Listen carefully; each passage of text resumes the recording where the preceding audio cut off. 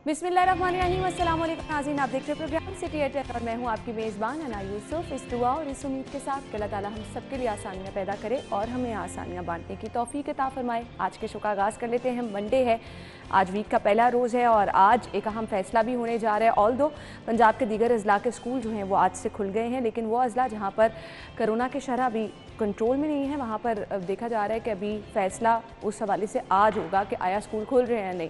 Parents बहुत ज़्यादा concern है, बच्चे पूछ रहे हैं, आपको मैसेजेस ऐसे मौसूल हो रहे हैं। खैर, स्कूल खुले हैं नहीं, ये आज फ़ैसला होगा जब मुश्तरका इजलास होगा। इजलास के बाद ये फ़ैसला होगा, कुछ ही देर में आपको पता भी चल जाएगा। लेकिन साथ ही साथ अगर स्कूल नहीं खुलते तो ऑनलाइन एजुकेशन जिस पर अभी भी स्टूडेंट्स हैं वो हम किस तरह से मौसर बना सकते हैं। अभी भी स्टूडेंट्स तकरीबन कोई 1.5-2 साल का अरसा गुजर जाने के बावजूद भी बहुत ज़्यादा परेशान है कि ऑनलाइन एजुकेशन उस तरह से ऑल्टरनेट बिल्कुल नहीं है, क्योंकि बहुत सारे हमारे स्कूल ऐसे हैं जहाँ पर प्रॉपर तरीके से ऑनलाइन एजुकेशन बच्चों को डिलीवर नहीं की जा रही, जिसकी वजह से स्टूडेंट्स भी परेशान है। फिर आपके पास कभी ऑप्शन आई कि आपने सिलेक्टिव सिलेबस करना है, फिर पेपर्स आप बच्चों के सिर्फ 3 या 4 ले रहे हैं, तो कहीं ना कहीं पेरेंट्स भी परेशान हैं और जिस तरह से तालीमी निज़ाम तबाह हो रहा है इसका तो कोई खमियाजा जो है वो किसी तरह से पूरा ही नहीं किया जा सकता। आगे चल के हम प्रोग्राम में कुछ ऑनलाइन एजुकेशन को मौसर बनाने के हवाले से भी टिप्स आपके साथ शेयर करेंगे और शहर की अहम खबरें भी डिस्कस करेंगे। आगाज़ कर लेते हैं आज की टॉप स्टोरीज से। पहली खबर है जी, महंगाई का तूफान चैलेंज बन गया, सिर्फ 10 सहूलत बाजार लगाने का फैसला किया गया है।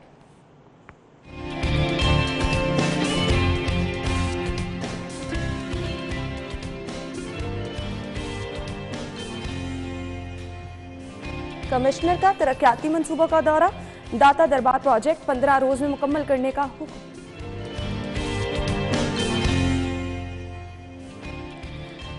ऑरेंज ट्रेन बहाल, सड़कों का बुरा हाल, अदम तवज्जोही से मुल्तान रोड खंडर बनने लगा। शाहदरा में मनशियात के लिए कतारें, नहर पर नशइयों के डेरे, वार्डन पर हमला।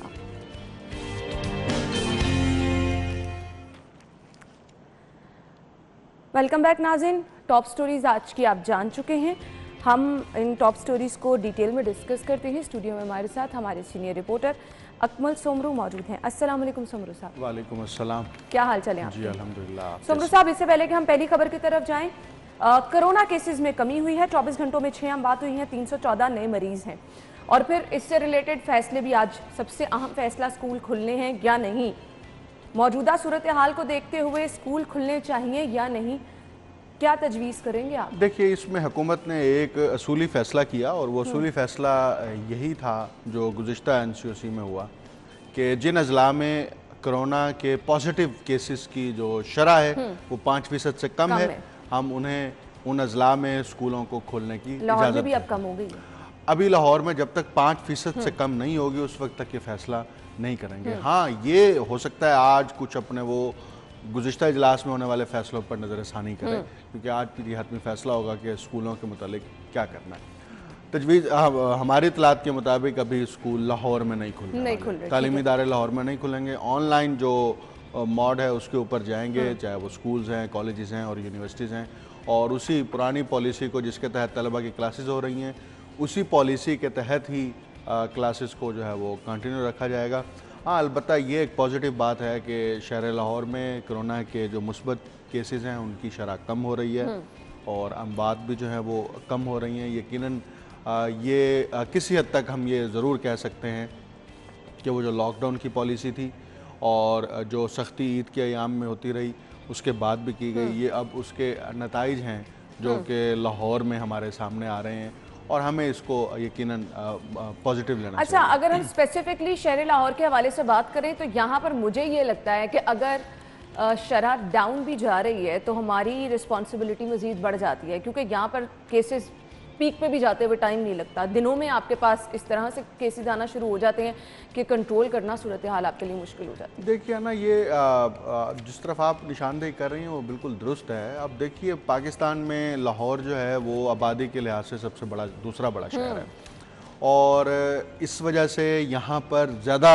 वल्नरेबल सिचुएशन होती है कि अगर कोई ऐसी डिज़ीज़ जो क्रॉनिक डिजीज़ है उसके फैलने का अंदेशा ज़्यादा होता है, क्योंकि आबादी ज़्यादा है, इंटरेक्शन ज़्यादा होती है, पब्लिक इंटरेक्शन बहुत ज़्यादा है, लार्ज स्केल पर होती है।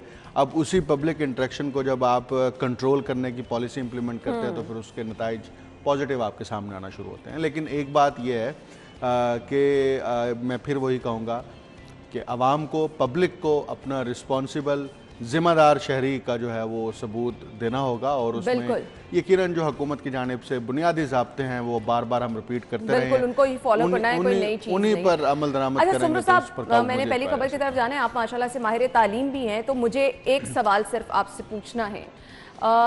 तालीम का जो बेड़ा गर्क हो रहा है वो तो सभी के सामने है, ऑनलाइन एजुकेशन को मौसर किस तरह से बनाया जा सकता है? कोई टिप अगर आप देना चाहें। वैसे तो आज हमारे मेहमान भी हैं, तो मैं आपसे भी एक टिप चाहूंगी। ऑनलाइन एजुकेशन की जो बुनियादी ज़रूरत है ना, वो टेक्नोलॉजिकल गैजेट्स का अवेलेबल होना, जिसके जरिए से कम्युनिकेशन की जाती है, और वो सबकी रसाई में नहीं है। अब देखिए, हार्वर्ड ने, ऑक्सफोर्ड ने, कैम्ब्रिज ने अपना जो ऑनलाइन सिस्टम मुतारिफ कराया, उनके क्लासरूम्स देखते हैं तो हमारी आंखें खुल जाती हैं कि टीचर के सामने वर्चुअल क्लासरूम्स हैं और एक एक तालिब इल्म जो है वो 48-48 इंच की बड़ी स्क्रीन के ऊपर नजर आ रहा है। सही। यहाँ पर तो टीचर्स के पास भी ये सहूलियात नहीं है, यहाँ पर इंटरनेट के इश्यूज हैं। तो इसके लिए जब तक इदारों को एम्पावर नहीं किया जाता, देखिए क्लासरूम में आकर पढ़ाना और घर में बैठकर एक मोबाइल फोन के जरिए से पढ़ाना बहुत फर्क है। या तो हमारे यहाँ तालीमी इदारों में कहीं ना कहीं आपके महंगे प्राइवेट स्कूल ना इस स्टैंडर्ड को कहीं ना कहीं मीट कर, देखिए उसकी वजह है जो महंगे ब्रांडेड स्कूल्स हैं, वो अगर इसको फॉलो कर रहे हैं तो उसका वो चार्ज कर रहे हैं। वही तो कह रही हूँ, अब वो उसकी फीसें वसूल करते हैं, उन फीसों से वो अपने अखराजात कर सकते हैं पूरे। सरकारी स्कूल के बच्चों का क्या कसूर है? वो फिर सरकारी स्कूल्स हैं, सरकारी कॉलेजेस हैं, सरकारी यूनिवर्सिटीज हैं, ऐसे तलबा जो हम्बल बैकग्राउंड से हैं, उनके पास इंटरनेट की सहूलियात मौजूद नहीं है। हुकूमत ने ये ऐलान किया था, देखिए अब जो टिप की बात कर रही हैं, हुकूमत ने ये ऐलान किया था कि हम सेलुलर कंपनीज के साथ जल्द एक मुआहिदा करने वाले हैं, और उस मुआहिदे के तहत हम क्लास आवर्स के दौरान जो है स्टूडेंट्स को ऐसी इंटरनेट बंडल के पैकेजेस दिलवाएंगे इन कंपनीज की तरफ से, ताकि तलबा अपनी क्लासेस पढ़ सकें। उसको एग्जीक्यूट नहीं किया जा सका। कंपनीज जो है वो अपने तौर पर तो पैकेजेस दे रही हैं, और कंपनीज जितने भी पैकेजेस देती हैं वो अमूमी तौर पर रात 1 बजे से शुरू होते हैं और सुबह 7 बजे खत्म हो जाते हैं, और उन पैकेज नहीं, उनके पैकेज का नाम भी यूथ पैकेज है। आप हैरान हो कि रात को आप इंटरनेट की सर्विसेज दे रहे हैं और उसमें इंतहाई सर्विसेज दे रहे हैं, इसका क्या मतलब है? और आप उसको कहते हैं ये यूथ पैकेज है। आपको यूथ से बड़ा ही लगाव है। मैंने तो आपसे कौन सी टिप मांगी, आप मिसालें कौन सी देने लगे? मैं आपको इसलिए मिसाल दे रहा हूँ, इंटरनेट की बात हो रही है ना। देखिए इंटरनेट बुनियादी कनेक्टिविटी है, ऑनलाइन क्लासेस की बुनियादी जो चीज है वो इंटरनेट, राब्ता ही इंटरनेट। तो इंटरनेट कनेक्टिविटी के लिए हुकूमत ने जो इकदाम उठाना था कंपनीज के जरिए से, वो हुकूमत ने नहीं उठाया। अगर हुकूमत वो इकदाम उठा लेती तो तलबा को कम से कम बुनियादी सहूलत मिल जाती। अब उसके बाद की सूरत हाल है कि वो कम्युनिकेशन कैसे होगी, उसके लिए लिटरेचर कैसे दिया जाएगा, उसके लिए वीडियोज होंगी, उसके लिए सिर्फ ऑडियोज होंगी, उसके लिए विजुअल क्या होंगे। आपने तो टिप दे दी, बहुत अच्छी चीज बता दी, होना भी ये चाहिए, लेकिन इसके लिए मुझे संजीदा कोई नजर नहीं आ रहा। देखिए हुकूमत इस वक्त जो है ना बहुत सारे मसाइल अपने पैदा करदा मसाइल से दो चार है। ये पहले एक है ना कि हुकूमत अगर ये कहे कि हमने ये इनहेरिट किए हैं, ऐसा नहीं है। बहुत सारे मसाइल हुकूमत ने खुद पैदा किए हैं। अब हुकूमत जब अपने पैदा करदा मसाइल के अंदर घिर चुकी है तो वो फिर कैसे तालीम की तरफ सोच सकती है, वो कैसे तालीमी मंसूबे बना सकती है कि जिसका अल्टीमेट फायदा तालीम के बारे में ही सोची। हुकूमत तो आवाम की भलाई का कोई भी मंसूबा है, आवाम के मुफाद में कोई भी चीज है, किसी के बारे में सोचना पसंद ही नहीं कर रही है। सुमरू साहब हमारे साथ मौजूद हैं। एक और सबसे बड़ी चीज जिसका आवाम को सामना है वो है महंगाई, जिसके बारे में हुकूमत ने हाथ खड़े कर दिए हैं, कुछ नहीं कर रहा। हर नए दिन आपको महंगाई मिल रही है और ये महंगाई का तूफान चैलेंज बन गया है। सहूलत बाजार सिर्फ 10 लगाने का फैसला किया गया है। हमने पहले भी सहूलत बाजारों का हाल देखा था, वो लगाए गए और फिर वो बंद कर दिए गए। फुटपाथ पर वो बाजार लगाए गए थे और वो किस कदर आवाम को सहूलत दे रहे थे वो सभी के सामने है। खैर अब क्या होने जा रहा है, ब्रेक के बाद डिस्कस करते हैं, हमारे साथ रहिएगा।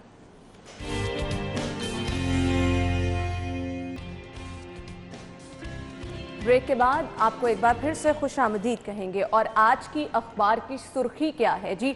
महंगाई का तूफान चैलेंज बन गया है, सिर्फ 10 सहूलत बाजार लगाने का फैसला हो सका।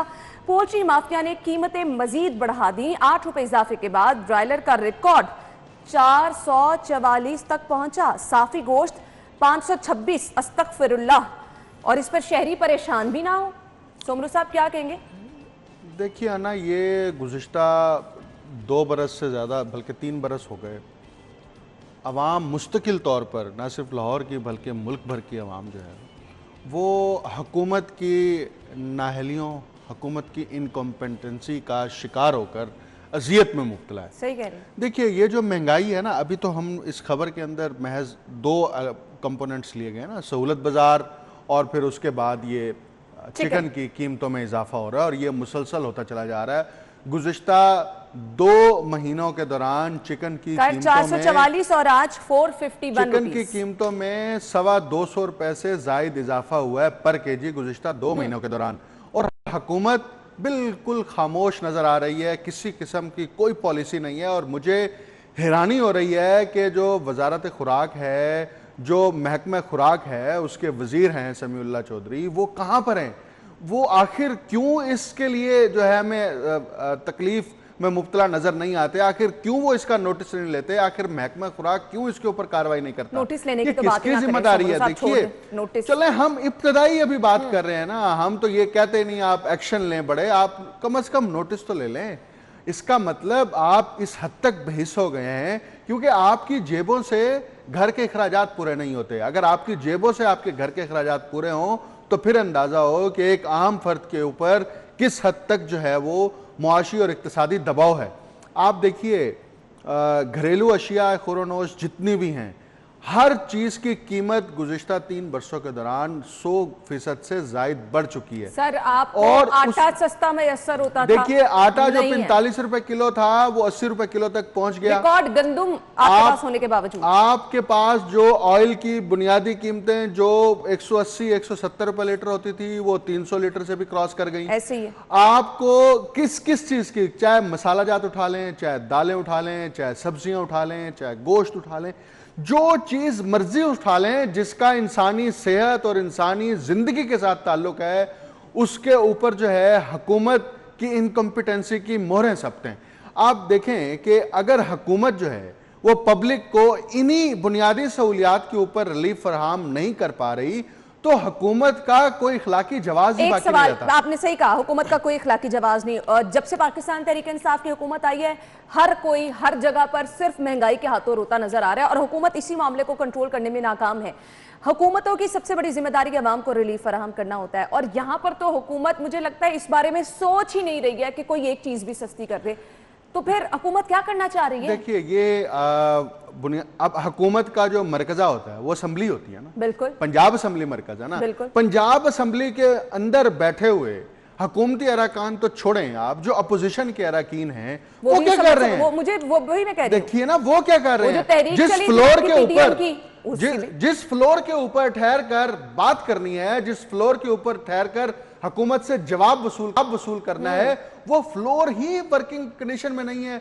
आप देखिए कि हम फिर ये हुकूमत की नाअहली तो है ही, तो अपोजिशन के बारे में क्या सवालात करें? अपोजिशन अवाम को रिलीफ फराहम करने के लिए किस तरह से मुआवन किरदार, बल्कि वो तो उसके जो है वो अलाय बने हुए हैं हुकूमत के कि अगर आप पब्लिक के ऊपर महंगाई का तूफान मुस्तकिल तौर पर बर्पा करना चाहते हैं, हम आपके साथ हैं। हम तो यही समझेंगे ना फिर। अगर अपोजिशन भी असेंबली के फ्लोर के ऊपर खड़े होकर हुकूमत से जवाब तलब नहीं करती तो फिर कौन करेगा? पब्लिक तो वैसे पिसी हुई है, पब्लिक को तो वैसे ही होश नहीं है। वो सुबह निकलते हैं, शाम को घर मेहनत मजदूरी करके वापस आते हैं, या तो लॉकडाउन का सामना होता है या वो मेहनत मजदूरी में रहते हैं। उनको उनके हाल पे कौन तरस करेगा? हुकूमत तो हमें मुस्तकिल तौर पर अवाम को दबाती नजर आ रही है और अपोजिशन जो है वो उसका सहूलतकार बनी हुई है। तो मैं सिर्फ यही कहूंगा कि महंगाई को कंट्रोल करने का जो मौसर तरीन प्लेटफॉर्म हो सकता है वो पंजाब असेंबली है। जब असेंबली के अंदर अपोजिशन के मेंबरान वहां पर नई आवाज उठाएंगे, वहां पर शोर नहीं मचाएंगे, इजलास का बाइकआउट नहीं करेंगे, पब्लिक के जो रिप्रेजेंटेटिव मिनिस्टर्स हैं जब तक उनकी अकाउंटेबिलिटी के लिए वहां पर सवालात पेश नहीं करेंगे। अब देखिए ना महंगाई, अगर हम सिर्फ एक कंपोनेंट की बात कर लें, चिकन की कीमतों में मुसलसल इजाफा हो रहा है। हुकूमत के कितने हुकूमत के अरकान से अपोजिशन ने कितनी दफा ये सवाल पूछा कि जनाब आप हमें बताइए, इसको जस्टिफाई करें कि आखिर ये कीमतें कैसे बढ़ रही हैं। वजीर खुराक से कौन पूछेगा? वजीर खुराक गायब है, उनको कोई पता ही नहीं है। वजीर आला पंजाब जो है वो उसके लिए नोटिस लेने को तैयार नहीं है। महंगाई मुसलसल बढ़ रही है, बढ़ती चली जाए। अच्छा, अब मुझे सिर्फ ये बता दें, महंगाई तो कंट्रोल नहीं होने वाली, ये साफ बात है। ये चिकन माफिया की जो बात हो रही है, आप ये माफिया है कौन, इसको मंजरे आम पर क्यों नहीं हुकूमत लेकर आ रही, मुझे सिर्फ ये बता दें। मैं वही इसका इल्जाम तो लगाया जाता था ऑपोजिशन पर, इसका इल्जाम तो लगाया जाता था हमजा शहबाज शरीफ साहब पर, अब कौन कर रहा है, कीमतें बढ़ा रहा है? उसकी वजह है, देखिए पाकिस्तान का जो सियासी निज़ाम है ना, और इस निज़ाम को चलाने वाले जो इदारे हैं, इन इदारों के अंदर बैठे हुए जो बाअसर और ताकतवर तरीन अफराद हैं, उनके स्टेक्स हैं, वो स्टेक होल्डर हैं इस बिजनेस के अंदर। डायरेक्टली और इनडायरेक्टली उनको प्रॉफिट हो रहा है और मुस्तकिल तौर पर हो रहा है और रोजमर्रा की बुनियाद पर प्रॉफिट हो रहा है। सर, हुकूमत का क्या किरदार है, इंतजामिया का क्या किरदार है एक ही दिन में? मैडम, हुकूमत भी साथ शामिल है, अपोजिशन भी साथ शामिल है, ब्यूरोक्रेसी भी साथ शामिल है, इन लोगों की सरमायाकारी है, इनकी इन्वेस्टमेंट है, छोटे स्केल पर भी बड़े स्केल के ऊपर भी। ये डायरेक्टली और इनडायरेक्टली बेनिफिशियरी हैं। किस बात जो का बेनिफिशियरी आवाम का होते हैं, बहुत अच्छा करने का ये लोग हमें ये हमें तो ये एक्सपोज करना चाहिए कि बेनिफिशियरी क्लास ये है। जो बेनिफिशियरी क्लास है, उन्हीं से हम ये अपील करते हैं कि आप पब्लिक को रिलीफ फराहम करें। ये कैसे मुमकिन हो सकता है? इंसाफ फराहम हो रहा है? फिर इंसाफ तो किसी शोबे में फराहम नहीं हो रहा। आप किस शोबे की बात करते हैं? मैं वही तो कह रही हूं, आप तहरीके इंसाफ ये इंसाफ फराहम कर रही है। तो तहरीके इंसाफ को मालूम है ना कि पहली और आखिरी दफा हम आए हैं, इसके बाद ठीक है, बाद की पार्टियां आएंगी, वो अपनी हुकूमतें चलाएंगी, हम तो माजी का किस्सा बन जाएंगे। पार्टी एंजॉय की जा रही है। हाँ, तो ये पार्टी एंजॉय करने की मुतरादिफ है ना, कि अगर अवाम का दर्द होता, अवाम की तकलीफ महसूस होती, तो ये कैसे मुमकिन है कि मुतलका वजारत के लोग जो हैं वो इंतहाई पुरसकून आलम में ड्राइंग रूम्स के अंदर बैठे हों, एसी के मजे लूट रहे हों, सरकार का एसी लूट रहे हों, सरकार के फंड्स खा रहे हों, पब्लिक की जो टैक्स पेयर की जो मनी है उसके ऊपर जो है वो अपनी जिंदगी इंजॉय कर रहे हो, तो उनको इससे क्या सरोकार लगे कि पब्लिक पर क्या बीत रही है, आम आदमी पर क्या बीत रही है। जो बेरोजगारी बढ़ी, उस बेरोजगारी के साथ साथ जो महंगाई में इजाफा होने की वजह से जेबों के ऊपर जो दबाव बढ़ा, आपकी जिंदगी पे एहसान क्या किया जाता है? पेट्रोलियम मसनूआत की कीमतों में इजाफा हो रहा है, तजवीज पेश की गई है, वजीर आजम साहब ने मुस्तरद कर दिया, ये आपकी जिंदगी पर एहसान होता है? अगले दिन बिजली महंगी हो जाती है। मैडम, ये नहीं है, ये यूं होता है कि 15 रुपए कीमत बढ़ाते हैं, हाँ। और फिर अगली कीमत बढ़ाने के बजाय 1 रुपए आप कम कर देते हैं, आप कहते हैं हमने रिलीफ फराहम कर दिया। बिल्कुल, ये तो नंबर गेम है। और नजर आती है वजीर आजम साहब ने तजवीज मुस्तरद कर दी है, लेकिन ये किसी भी गलतफहमी में मत रहें। पब्लिक इतनी भोली नहीं है जितना आप समझते हैं। वही तो कह रही हूं, बड़ा एक दिन आपने गाना पेट्रोल की कीमत में इजाफा ना किया, अगले दिन आपने बिजली की कीमत में इजाफा तो बड़ा मशहूर गाना है ना, ये पब्लिक है सब जानती है। आप ऐसा मत समझें कि पब्लिक को कोई मालूम नहीं, पब्लिक को इदराक नहीं है, पब्लिक को सब इदराक है, और उसका नतीजा आप खुद भुगत रहे हैं, देख रहे हैं कि जितने भी ज़मीनी इलेक्शन हो रहे हैं मुल्क भर के अंदर, आपके साथ क्या सलूक कर रही है पब्लिक, और आइंदा आम इंतखाबात में इससे भी बुरा सलूक करेगी। क्योंकि महंगाई तो हर दौर के अंदर होती है, जब से पाकिस्तान बना उस वक्त से लेकर अब तक ही कभी नहीं रुकी। महंगाई ने रुकना ही नहीं है, हर हुकूमत में बढ़नी है, लेकिन इस कदर जो है वो तूफान बदतमीजी होगा महंगाई का कि आम आदमी की जिंदगी अजीरन हो जाएगी। खबर को वाइंड अप करना है, ये सहूलत बाजार क्या ड्रामेबाजी है? यहाँ पे सहूलत बाजार देखे थे, मैं खुद विजिट करके आई थी 2 दफा। सहूलत बाजार की अभी वो प्रॉपर तरीके से फंडिंग में जारी नहीं हो सकी। हाँ। जो 10 सहूलत बाजार लगाने हैं उसके लिए प्रॉपर फंडिंग होनी चाहिए। देखिए, अगर आप सहूलत बाजार को लगाते हैं, ठीक है, इट्स ओके। पहली बात है, इतने बड़े शहर के लिए 10 सहूलत बाजार जो है वो काफी नहीं है, इतनी बड़ी आबादी के शहर के लिए। सर, आपने सहूलत बाजार क्या लगाए? फुटपाथ पे आपने सहूलत बाजार कायम कर दिया। आप इसके मुतबादिल अगर अपने यूटिलिटी स्टोर्स को स्ट्रेंथन करें तो आप बड़े लेवल पर सर्विसेज दे सकते हैं। आप नए यूटिलिटी स्टोर्स खोलें, आप यूटिलिटी स्टोर्स मुझे समझ नहीं आती इसके पीछे मास्टरमाइंड कौन है जो 4 दिन बाद सहूलत बाजार का प्रोजेक्ट ले आता है, 4 दिन बाद उसको बंद करना पड़ जाता है जब वहां पे कोई जाता नहीं है। ये पूछा ना वज़ीर आला पंजाब जिला इंतजामिया से कि जनाब आप ये क्या कर रहे हैं, आपको फंड्स का मसला है, आपको इंतजामिया मौका मिल जाता है सबको विजिट करके अपनी तशहीरी मुहिम चलाने का, तस्वीर बनवाने का, बड़े बड़ी होल्डिंग्स लगाने का, कि बहुत जबरदस्त इकदाम उठाया गया सहूलत बाजार। पाकिस्तान की ब्यूरोक्रेसी महारत रखती है कि उन्होंने इदादो शुमार के जरिए से हुकूमतों को, वज़ीरों को, मिनिस्ट्रियों को, चीफ मिनिस्टर को कैसे जो है वो यरगमाल बनाना है। यही ब्यूरोक्रेसी की ट्रेनिंग होती है, और ब्यूरोक्रेसी हर दौर के अंदर इसमें 4 दिन इस सहूलत बाजार में आपको फिर चीनी के स्टॉल्स पे लाइनें नजर आएंगी। तो रमजान बाजारों में भी यही होता तो कह रही हूं ना, तो यही और आप कहेंगे कि वाह जी सहूलत बाजार लग गए हैं और अभी तक यही हो रहा है ना कि आपने कहा हम चीनी माफिया को नहीं छोड़ेंगे। चीनी माफिया को आप छोड़े ना छोड़े, वो पब्लिक को नहीं छोड़ रहे। आप जो मर्जी कहते रहे, आप जिसका भी नाम लेते हैं, जिस भी शोबे का नाम लेते हैं, जिसको आप माफिया डिक्लेयर करते हैं, वो ज्यादा ताकतवर होकर आपके सामने खड़ा हो जाता है। तो आपकी रिट को बराह रास्त वो चैलेंज करता है। जिसको भी आपने माफिया डिक्लेयर किया है, वो आपके सामने ज्यादा ताकतवर बन के आया है। तो इसका मतलब ये हुआ कि हम फिर आपके साथ हाथ जोड़ के कह देते हैं कि आप ना नोटिस ले लें, ना नोटिस लिया करें, ना माफिया किसी को कहा करें, कम से कम चीजें स्टेबल तो रहे ना। सर यहाँ लोग रोते बिलखते रहे हैं पूरा रमजान, महंगाई के हाथों कोई किसी पे जूं तक नहीं रिंगी। खैर, अभी हमें हसनैन हमारे रिपोर्टर ने ज्वाइन किया है। मार्केट में सब्जियां किस कीमत पर मिल रही हैं? ऑफ डे के बाद जब भी आप आते हैं संडे को, क्योंकि सभी लोगों ने अपने पूरे हफ्ते की ग्रोसरी करनी होती है, तो हम देखते हैं संडे को कीमतों में इजाफा हो जाता है, खासतौर पर सब्जियों की। आपका आटा, दाल, चीनी, लोग इन कीमतों की वजह से हमेशा से परेशान नजर आते हैं। आज मार्केट की क्या सूरत हाल है, कौन सी सब्जी किस कीमत पर मिल रही है? हसनैन की तरफ चलते हैं। जी हसनैन। सब्जी मंडी में अगर सब्जियों की कीमतों की बात की जाए तो सब्जियों की जो कीमतें हैं उनमें मामूली उतार चढ़ाव देखने में आया है। जैसे कि अगर जिक्र किया जाए आलू का, तो जो आलू नया है वो 37 से 40 रुपए फी किलो है। इसके अलावा अगर टमाटर की बात की जाए तो जो टमाटर है वो 20 से 22 रुपए फी किलो, प्याज 17 से 19 रुपए फी किलो। इसके अलावा अगर लहसन की बात की जाए तो जो लहसन की कीमत है वो मुस्तहकम ही रही है, वो 115 से 120 रुपए फी किलो में फरोख्त हो रहा है।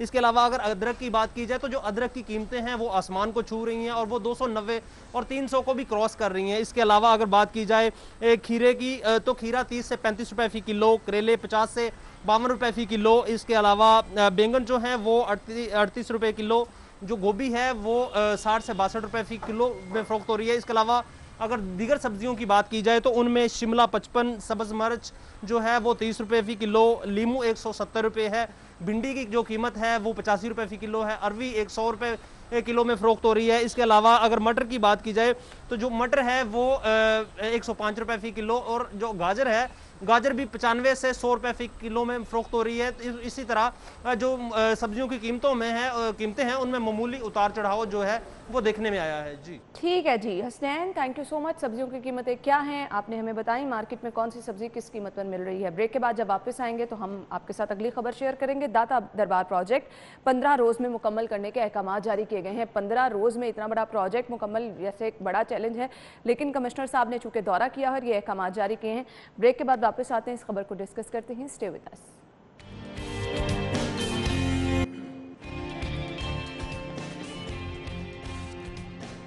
ब्रेक के बाद आपको एक बार फिर से खुशामदीद कहेंगे और अगली खबर हमारे पास है। कमिश्नर साहब ने तरक्याती मंसूबों का दौरा किया है। कैप्टन रिटायर्ड मोहम्मद उस्मान का ज़राअत शहीद रोड की तामीर के दौरान ट्रैफिक के मुतबादिल रास्ते पर अदम इत्मीनान का इजहार। जब भी शहर में कोई तरक्याती मंसूबा शुरू होता है ना सुमरू साहब, सबसे बड़ा मसला शहर में ट्रैफिक कंट्रोल है। माजी में भी बहुत सारी ऐसी मिसालें हुई और अब भी एक तरफ आपका गुलाब देवी अंडरपास बनने जा रहा है, वहाँ पर भी ट्रैफिक संभलनी और फिर ये मंसूबे एक बार फिर से क्या पूरा शहर बंद हो जाएगा? देखिए, पहली बात तो ये है हुकूमत कोई बड़ा प्रोजेक्ट लॉन्च नहीं कर रही और ये प्रोजेक्ट जो अंडर पासिस के हैं यही हुकूमत के लिए सबसे बड़े प्रोजेक्ट का दर्जा रखते हैं और अभी तो ये शुरू भी नहीं हुए। जब शुरू होंगे तो फिर ही हम इस पर कुछ कह सकते हैं। जहाँ तक ट्रैफिक के मुतबादिल रूट्स की बात है तो ये हमेशा मसाइल दरपेश रहे, चाहे वो ऑरेंज ट्रेन का मनसूबा बन रहा था या मेट्रो बस का मनसूबा था। तो उन रूट्स के ऊपर जब ट्रैफिक को डाइवर्ट किया जाता है तो ट्रैफिक का दबाव ज़्यादा होने की वजह से, ट्रैफिक ज़्यादा होने की वजह से शहरियों को ज़हनी कोफ्त का भी सामना करना पड़ता रहा है और उनका वक्त का ज़िया भी होता है। लेकिन एक खुशाइन बात यह है कि शहर की जो मुख्तलिफ अहम शाहराएँ हैं जहाँ पर सड़कों की तामीर और मुरम्मत का काम किया जाना था, जहाँ पे पैच वर्क मुकम्मल करने थे, पैचेस लगने थे ताकि ट्रैफिक जो है वो स्मूथ तरीके से चल सके, उसमें पेशरफ्त हो गई है। और कमिश्नर लाहौर ने शहर की मुख्तलिफ शाहराहों के दौरे किए हैं और उसमें बिलखसूस जो है वो ऐवान सनअत व तिजारत है, डेविस रोड है, शालामार लिंक रोड है, Lawrence road, empress road, Zafar Ali road और ज़हूर इलाही रोड के ऊपर जो पैच वर्क्स है उसको जल्द से जल्द मुकम्मल करने का जो है वो कमिश्नर की और ये चीजें बहुत ज्यादा जरूरी नहीं है कि पैच वर्क होगा तो आपकी ट्रैफिक स्मूथ होगी। राव साहब, सॉरी अकमल सुमर साहब, राव दिलशाद साहब ने हमें ज्वाइन किया है। राव साहब से जान लेते हैं ये दाता दरबार प्रोजेक्ट क्या है जिसको 15 रोज में मुकम्मल करने का हुक्म दिया गया है। अस्सलाम वालेकुम राव साहब, क्या हाल चाल है? वालेकुम सलाम, आप ठीक है, खैरियत से? हाँ जी अल्हम्दुलिल्लाह। राव साहब, कमिश्नर साहब ने दौरा किया है, ये दाता दरबार प्रोजेक्ट क्या है, इसकी कुछ डिटेल्स बताइएगा और ये भी बताइएगा 15 दिन में क्या ये मुकम्मल हो जाएगा? बिल्कुल, बीच में ये प्रोजेक्ट शुरू किया गया था और इसका जो फवाइद थे वो ये थे कि सिक्योरिटी के हवाले से फुल प्रूफ जो वॉल है वो कैबन्स और जिस तरह से जदीद तर्ज की एयरपोर्ट सिक्योरिटी पर स्कैनिंग सिस्टम होता है सामान का, उसी तरह के लिए ये एक रूम बनना था।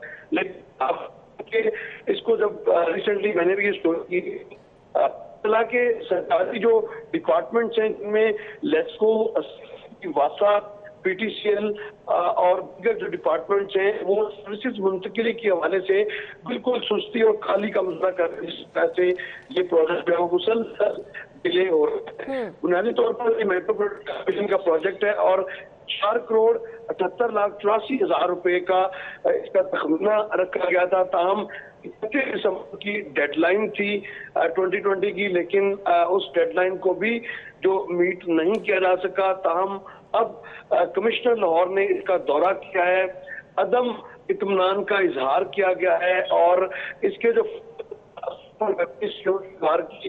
के लिए जो को शिफ्ट करना है उसमें लश्को की जानिब से जो है वो अदम दिलचस्पी का है।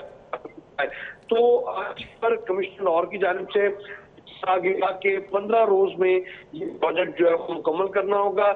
इससे न सिर्फ सिक्योरिटी बेहतर होगी बल्कि जो सड़क पर आपको पेयर्स नजर आते हैं वो पेयर्स खत्म होंगे और इसके साथ साथ दीगर जो सहूलियात हैं उसके हवाले से वो भी इम्प्रूव की जा सकेंगी।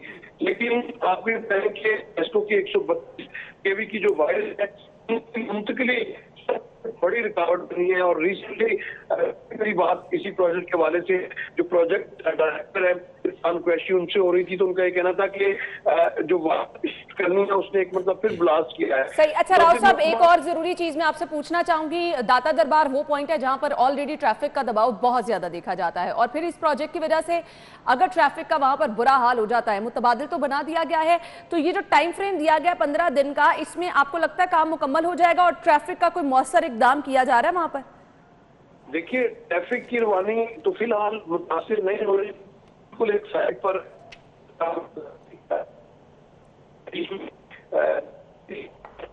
ठीक है। राव दिलशाद साहब बहुत बहुत शुक्रिया। कुछ डिस्टॉर्शन की वजह से सही तरह से राव साहब की आवाज नहीं आ रही। सुमरू साहब क्या कहेंगे? ना इसमें बड़ी अहम बात एक तो सिक्योरिटी, क्योंकि बुनियादी तौर पर सिक्योरिटी को स्ट्रेंथन करना है इसलिए इस प्रोजेक्ट को शुरू किया जा रहा है। लेकिन अहम तरीन बात यह है कि इस दाता दरबार के बिल्कुल सामने, बल्कि चारों तरफ, सामने ज्यादा होता है, चारों तरफ मैं कह सकता हूँ, बिल्कुल सामने जो ब्रिज है जिसके ऊपर आपकी ऑरेंज ट्रेन चल रही है उसके नीचे फुटपाथ के ऊपर दर्जनों, बल्कि बाज़ दफ़ा ये तादाद इससे भी बहुत ज़्यादा हो जाती है, वो नशाई वहाँ पर लेटे होते हैं, उन्होंने आराम गाह उसको बनाया होता है। सर ये मसला हल नहीं हो सकता। आपने वहाँ पर हल हो सकता, मेरी बात सुने, भी बना दी। ये क्यों नहीं हल हो सकता? दाता दरबार के बिल्कुल सामने नशाइयों के डेरे और वहाँ पर ये चीजें देख रही हूँ। आपके डीसी साहब का जो मौक़िफ़ जानने की कोशिश की तो डीसी साहब क्या कहते हैं, जी जब तक आपके रिहैबिलिटेशन सेंटर नहीं होंगे हम नशाइयों को उठा के कहाँ ले जाएं? ये नहीं है। मैं आपको असल वजह बताता हूँ कि वहां पर नशाइयों को क्यों डेरे हैं। वहां पर नशाइयों के इसलिए डेरे हैं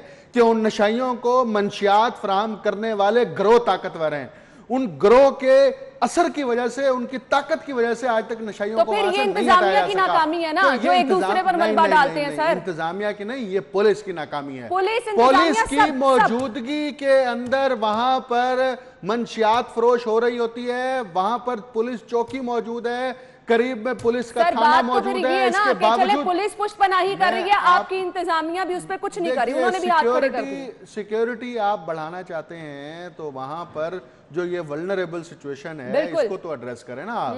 और कम से कम देखिए, दाता दरबार के करीब से, हत्ता के दाता दरबार वो गैर मुल्की मुसलमान भी बाज़ दफ़ा आते हैं और वहां से सयाह भी गुजरते हैं, और जब अब आप उसका मंजर पेश कर रहे होते हैं, उसका बैरूनी मंजर, वो इंतहाई दर्दनाक मंजर ऐसे ही है, है। वो इंसानी तबीयत पर भी गवारा नहीं करता, और इसके साथ ही वो हुकूमत की रिट के ऊपर ना सिर्फ सवाल है, बल्कि जो मकामी इंतजामिया है, जिसको ज़िला इंतजामिया कह लें आप या मकामी पुलिस कह लें, ये उसकी भी इनकॉम्पिटेंसी है कि आखिर मंशियात फरोशों को इतना ताकतवर किसने किया है कि उनकी मंशा के मुताबिक वहां पर नशाई बैठे हैं। क्योंकि जब नशाइयों को उसी जगह पर बैठकर आपको टीके मिल जाएं, आपको चर्स मिल जाए, आपको हीरोइन मिल जाए, आप जो भी नशा करना चाहते हैं आपको वहां मिल जाए, तो उनको क्या जरूरत है कि वो जगह छोड़ दें।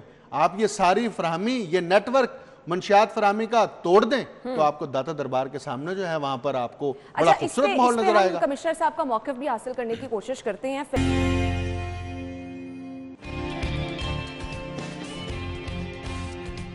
ब्रेक के बाद आपको एक बार फिर से खुशामदीद कहेंगे। ऑरेंज ट्रेन बहाल हुई तो सड़कों का क्यों बुरा हाल हो गया?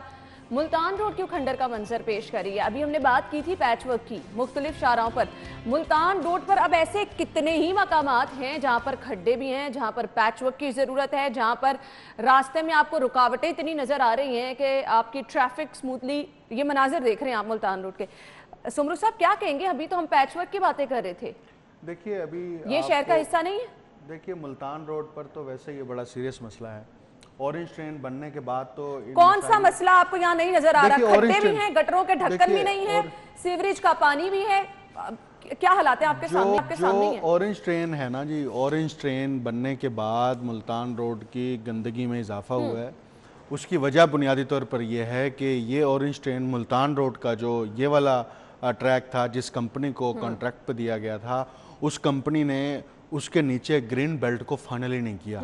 ना उसकी जो है वो वहाँ पे पौधे लगे हैं, ना वहाँ पे बाड़ें लगाई गई हैं, ना वहाँ के ऊपर जो है वो ब्यूटिफिकेशन की गई है, कुछ भी नहीं किया गया। उसका नतीजा क्या है? आपको ऑरेंज ट्रेन के ब्यूटिफिकेशन, ये पानी किसने हटाना है? उसके नीचे उसकी वजह है ना। देखिए जब आपकी सड़क ही सीधी नहीं है, सड़क ही टूट फूट का शिकार है, वहाँ पे जगह जगह घड़े हैं, तो कैसे आपको वहां पर पानी नहीं मिलेगा? पानी ही मिलेगा, गटर का पानी मिलेगा, गंदा पानी मिलेगा, बारिश का पानी मिलेगा। हुकूमत ने गुज़िश्ता हफ्ते 3 अरब रुपए सड़कों की मुरम्मत के लिए और तामीर के लिए जारी करने का फैसला किया। अब वो सड़कें कौन कौन सी हैं, उनके ऊपर कौन कौन से रोड्स हैं, अभी तो ये महकमा तामीरात से जो मुवासलात से जो फहरिस्त आएगी तो फिर ही कुछ कहा जा सकता है। लेकिन मुल्तान रोड की ये हालत जो है, मुल्तान रोड के इर्द गिर्द मौजूद रिहायशी स्कीमें और वहां पर रहने वाले मकामी अफराद को सुबह शाम रात जो है वो ज़हनी अज़ियत का सामना करना पड़ता है। तो इस मुल्तान रोड के ऊपर जो है वो कम से कम जो है, ये मेन शाहराह है, ये कोई छोटी सड़क नहीं है, मेन ट्रैफिक इसके ऊपर चलती है। आप अगर इसको जो है वो इसका पैच वर्क मुकम्मल नहीं करते, इसको फिर क्या होगा? फिर यही होता है ना कि जो काम पहले मिसाल के तौर पर 100 रुपए में होना है, फिर वही काम आपका 300 रुपए में होता है, क्योंकि फिर आपको पूरी सड़क उधेड़नी पड़ती है। पूरी सड़क उधेड़ेंगे तो उसके लिए आपको ज्यादा फंड चाहिए, पैच वर्क करेंगे कम फंड्स में काम होगा। अब हर काम जो है वो क्या कमिश्नर लाहौर ने करना है, या हर काम जो है वो मुतलका वजीर ने करना है? वो मकामी सतह की, यूनियन काउंसिल की सतह की, या हत्ता के जो मेट्रोपॉलिटन कॉर्पोरेशंस के मुतलका जोन्स हैं, उनकी जिम्मेदारी नहीं? उनके पास है क्या? मैडम देखिए वो ये काम करें? देखिए बात सुनो, वैसे ही आपके फारिग हम ये नहीं कहते, उनके पास ये तो है ना कि वो इसके ऊपर रिपोर्ट्स बना के भेज दें। उनके पास ये तो है कि वो बार बार परसू करें कि ये सड़क बनने वाली है, सड़क तामीर होने वाली है, या फिर आप हर सड़क के ऊपर बॉक्सेस लगा दें और कहें इस सड़क से मुताल्लिक जितनी शिकायत हैं हुकूमत से, वो इस बॉक्सेस के अंदर पर्चियां आवाम डाले। हम शाम को या महीने बाद या 6 महीने बाद कभी ना कभी इस बॉक्स से पर्चियां निकालेंगे और देखेंगे इस सड़क के क्या मसाइल हैं। या तो फिर आप ये कर दें। आप वो भी नहीं कर रहे और काम भी नहीं कर रहे। हुकूमत ने गुज़िश्ता 3 बरसों के दौरान जो अपने डेवलपमेंट प्रोजेक्ट्स की जो एक स्ट्रेटजी हर हुकूमत की होती है, इस हुकूमत की तरजीहात में वो शामिल नहीं रहा। ये और तरक्याती कामों में इस वजह से हो रहा है कि ऑरेंज लाइन इस हुकूमत का प्रोजेक्ट नहीं था, इसका ऑरेंज लाइन से कोई ताल्लुक ही नहीं है, ये तो मेन शाहराह है। ऑरेंज लाइन तो ऊपर ब्रिज पे चल रही है ना, वो तो नीचे सड़क की बात हो रही है। सड़क के साथ जो हुकूमत थे ना, देखिए हुकूमत कम से कम कंपनी से ये तो पूछ सकती है कि जनाब आप जो है ये ग्रीन बेल्ट मुकम्मल क्यों नहीं की, आपने इसको क्यों अधूरा छोड़ा है? उसके बाद सड़क के ऊपर भी आया जा सकता है, लेकिन ये हुकूमत का काम है ना कि वो पूछे, मुतलका कंपनी से पूछे, ये डिस्ट्रिक्ट गवर्नमेंट का काम है वो पूछे कि ये आखिर क्यों नहीं हो रहा। तो आप इस अहम तरीन शाहराह को जब इस तरह से छोड़ देंगे तो उसकी तकलीफ किसको होगी? आम आदमी को होगी, जो वहां से गुजरता है, चाहे वो मोटरसाइकिल पर गुजरता है या साइकिल पर गुजरता है या आपकी गाड़ी पर गुजरता है, पब्लिक ट्रांसपोर्ट पर गुजरता है, अपनी ट्रांसपोर्ट पर जाता है, तो उसको इश्यूज का सामना रहता है। तो हुकूमत कम अज़ कम बुनियादी जो सहूलियात हैं उसकी फरहमी के लिए तो कम अज़ कम इकदाम उठा ले। हुकूमत इस हद तक तो जिच ना करे पब्लिक को कि पब्लिक जो है वो जहनी मरीज़ और नफसियाती मर्ज में मुब्तला हो जाए। ये इसके बड़े जहन पर मनफी असरात होते हैं। जब आप जहनी अजियत और कोफ्त का सामना करना पड़ता है तो उसके बाद आपकी तबीयत में चिड़चिड़ापन आता है, आप रद्द अमल का इजहार करते हैं, आपके रवैयों में तब्दीली आती है। ये सारा ओवरऑल पूरा एक साइकोलॉजिकल पैकेज है जिसका जो उनको दिया जाता है। जब हमने ऑरेंज ट्रेन का इफ्तिताह किया और बाकायदा हमने स्टेशंस की खूबसूरती दिखाई, वो देख के बहुत ही ज़बरदस्त एहसास हो रहा था कि अच्छा आपके शहर में इतनी अच्छी ट्रेन सर्विस चल रही है, ऊपर आप इतनी ज़बरदस्त ट्रेन चला रहे हैं, नीचे आपके शहर के हालात बस वो असल में ट्रेन जब ब्रिज पर चल रही होती है ना जी, तो उसमें आपको दूर दूर के मंजर तो नजर आते हैं। अब क्योंकि ट्रेन में बैठे तो उसके नीचे तो देख नहीं सकते कि इस ब्रिज के नीचे क्या है, तो उस ब्रिज के नीचे की हालत जो नीचे सड़क के ऊपर सफर कर रहे हैं वो देखते हैं। यानी आपका तो ये कहना है आपको कि हवा में आपको हवाई काम। मनाजिर दिखाए जाते हैं हाँ, ना कि आप दूर दूर के मनाजिर देखें, कितने खूबसूरत दरख्त नजर आ रहे हैं और सारा कुछ नजर आ रहा है, और नीचे कितनी गंदगी है वो आपको नजर नहीं आती, वो आपको ना हुकूमत लेकिन यकीन माने ये अहम शाहराह है और इस पर अगर ये हालात रहेंगे, कोई एक मसला भी आप यहाँ पे कह दें, फुटपाथ टूटते हैं, आप ग्रीन बेल्ट्स का हाल देख लें, आप पानी देख लें, जगह जगह आपको खड़ा नजर आ रहा है, गटरों के ढक्कन नहीं है, खुदा ना खासा। अब इतनी बड़ी रोड है, मुमकिन है ऐसा कि यहाँ पर रूटीन की बुनियाद पर कोई हादसा ना हो? देखिए अभी तो पॉसिबल ही नहीं है। हम पेरीफ्री की जो सड़कें हैं, जो लाहौर के चारों तरफ, लाहौर से थोड़ा सा बाहर निकल के जो सड़कें हैं, उनकी हालत ज़ार की तो बात ही नहीं कर रहे। ये शहर की मरकजी शाहराह है, आम शाहराह है, हम तो उसकी बात कर रहे हैं कि वहाँ पर ये सूरत हाल है कि वहाँ पे पैच वर्क नहीं। सर ये किसी से ढके छुपी नहीं है। अब बात इस खबर को वाइंड अप इस तरह से कर देते हैं कि कोई करना नहीं चाह रहा है इस पे काम। नहीं, होगा, बिल्कुल होगा, यकीनन होगा। इनके जहन में ये होगा कि हम इसको इलेक्शन के करीब करेंगे और लोगों के जहनों पर मुस्बत, अब चाहे इलेक्शन के करीब हो, चाहे अब वो, सर लोगों की सपोर्ट नहीं अब मिलने वाली। वही बात कर रहा हूँ, अब आप अपने जहन से सब कुछ निकाल दें। बिल्कुल। अब बस आप एक आईनी मुद्दत पूरी करें और फिर उसके बाद इस कौम पर रहम करें, इस कौम को पुरानी हालत पे वापस ले जाएं, बड़ी बात। बिल्कुल सही। अच्छा, अब एक सिलसिला शुरू किया, वकास अहमद की जानिब से बड़ी अच्छी खबर दी गई। झेडू गांव में जो हमने कहा कि होलसेल मार्केट मनशियात का बड़ा अच्छा वर्ड यूज किया गया था, जिस तरह वहां पर मनशियात के फरोग, उसके बाद से हमारी टीम ने यह सिलसिला शुरू कर दिया। सिटी 42 की टीम ने रोजाना की बुनियाद पर, मैं देख रही हूँ जहां कहीं पर भी मनशियात फरोख्त हो रही है वहां पर कार्रवाइयां भी की जा रही, टीम वहां पर, सॉरी कार्रवाई नहीं हो रही, टीम वहां पर पहुंच रही है। मुझे सिर्फ ये बता दें इसका फायदा क्या हो रहा है? आप तो हर रोज एक नई जगह भी दरियाफ्त कर रही हैं, पुलिस भी कुछ नहीं करी, पुलिस तो उल्टी पुष्पनाही कर रही है, इंतजामिया भी कुछ नहीं करी, जगह जगह आपको नशे उसी तरह से नजर आ रहे हैं। खत्म नहीं होने वाले ये शहर से। देखिए इसमें ना सबसे अहम बात यही है, जो गुज़िश्ता खबर में भी मैंने आपके साथ डिस्कस किया, कि जो ड्रग कंट्रोल करने वाले जो लोग हैं, जो ड्रग की तरसीलात करते हैं और इस कारोबार से वाबस्ता लोग हैं, ये अंडरवर्ल्ड के लोग होते हैं और ये बड़े ताकतवर होते हैं। मैं आपको देखिए, हम गुज़िश्ता 3 महीने से बड़ा गहरा मुशाहिदा कर रहे हैं कि शहर के अंदर नौजवान नशाइयों की तादाद बहुत तेजी से बढ़ रही है। बिल्कुल। और इसमें भी 2 कैटेगरीज हैं, 2 कैटेगरीज हैं। एक नशाइयों की वो तादाद है जो गुर्बत से नीचे की जिंदगी गुजार रही है और हमें वो फुटपाथों पर, चौराहों पर और सड़कों के कॉर्नर्स पर नजर आते हैं। आप ये फिरोजपुर रोड के ऊपर, मुस्लिम टाउन अंडरपास के ऊपर, आप ब्रिज के नीचे शाम को वहां से गुजरें मगरिब के बाद से, तो आपको वहां पर जत्थे नजर आएंगे नशइयों के, जो कि वहां पर मंशियात ले रहे होते हैं, मंशियात उनको फरोख्त की जा रही होती है। एक कैटेगरी ये है। दूसरी कैटेगरी वो है कि जो इन्हीं अड्डों से, इन्हीं चौराहों से गाड़ियों पर, मोटरसाइकिलों पर है और वहां से मंशियात खरीद के चली जाती है। 20 सेकंड है, ये खत्म हो सकता है या नहीं? ये नहीं हो सकता खत्म। उसकी वजह ये है कि ड्रग माफिया बहुत ताकतवर है, आप तसव्वुर भी नहीं कर सकते। माफिया के लफ्ज से तंग आ गई, यकीन माने जानते हैं माफिया का लफ्ज। इसके लिए क्या लफ्ज इस्तेमाल करें कि ड्रग का चलो कारोबार का बिजनेसमैन कह दे, बिजनेसमैन जो ड्रग का बिजनेस करते हैं, ड्रग्स का जो बिजनेस करते हैं ना, वो बहुत ताकतवर है, आप तसव्वुर नहीं कर सकते। वो हुकूमतों के ऊपर भारी होते हैं। ताकतवर है, वाकई ताकतवर है। पुलिस भी पुष्टपनाही कर रही है, हर कोई कह रहा है हमारे पास इसका कोई हल नहीं, तो फिर ताकतवर ही है, ये माफिया ही है। चले आपने बिजनेसमैन का नाम दे दिया।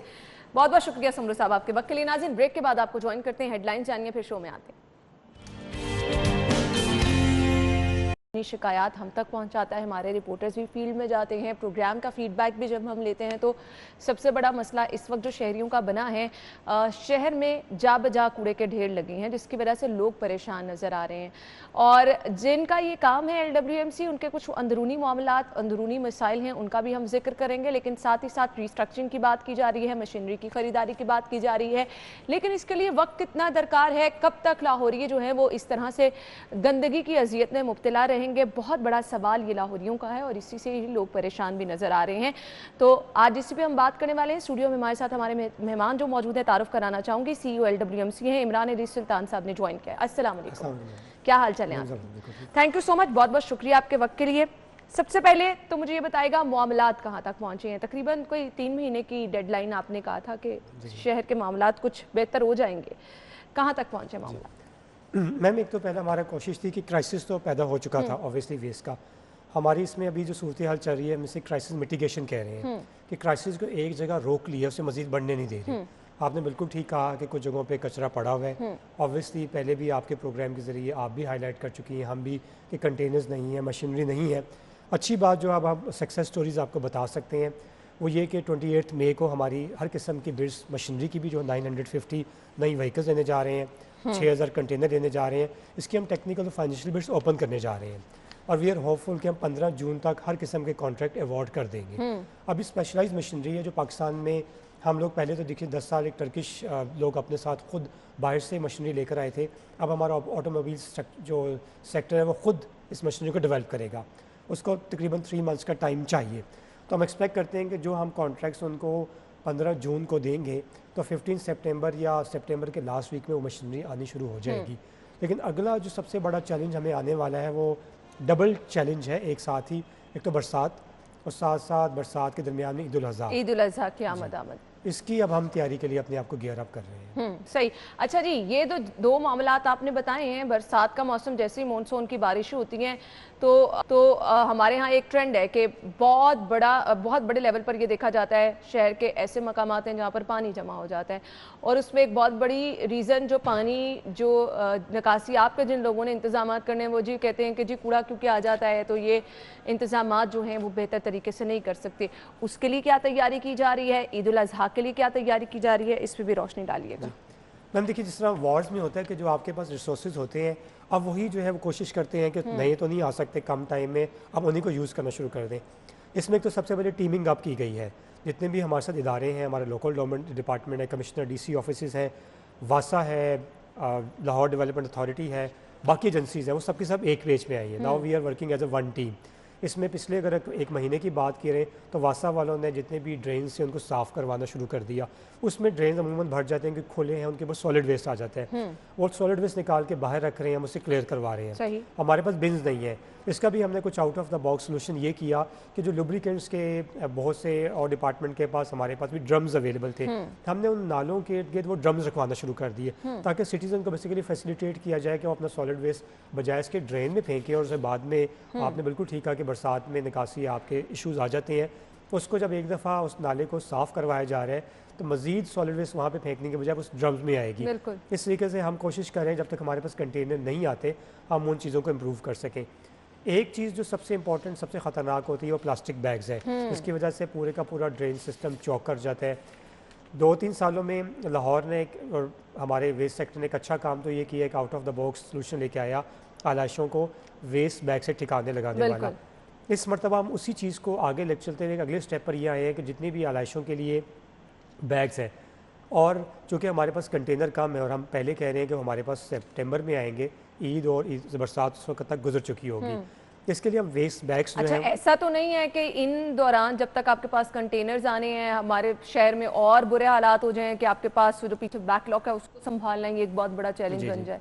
मैम इसी तरफ आ रहा था कि एक तो वेस्ट बैग्स तो हम पिछले 3-4 साल में प्लास्टिक के यूज़ करते रहे हैं, इस सेक्टर में एक और जो इनोवेशन है, इस मतलब हम जितने भी वेस्ट बैग्स प्रोक्योर करने जा रहे हैं, हमने प्राइवेट सेक्टर के साथ पहले ही एक टर्म सेटल की हैं और हम बायोडिग्रेडेबल्स बैग्स लेकर आ रहे हैं।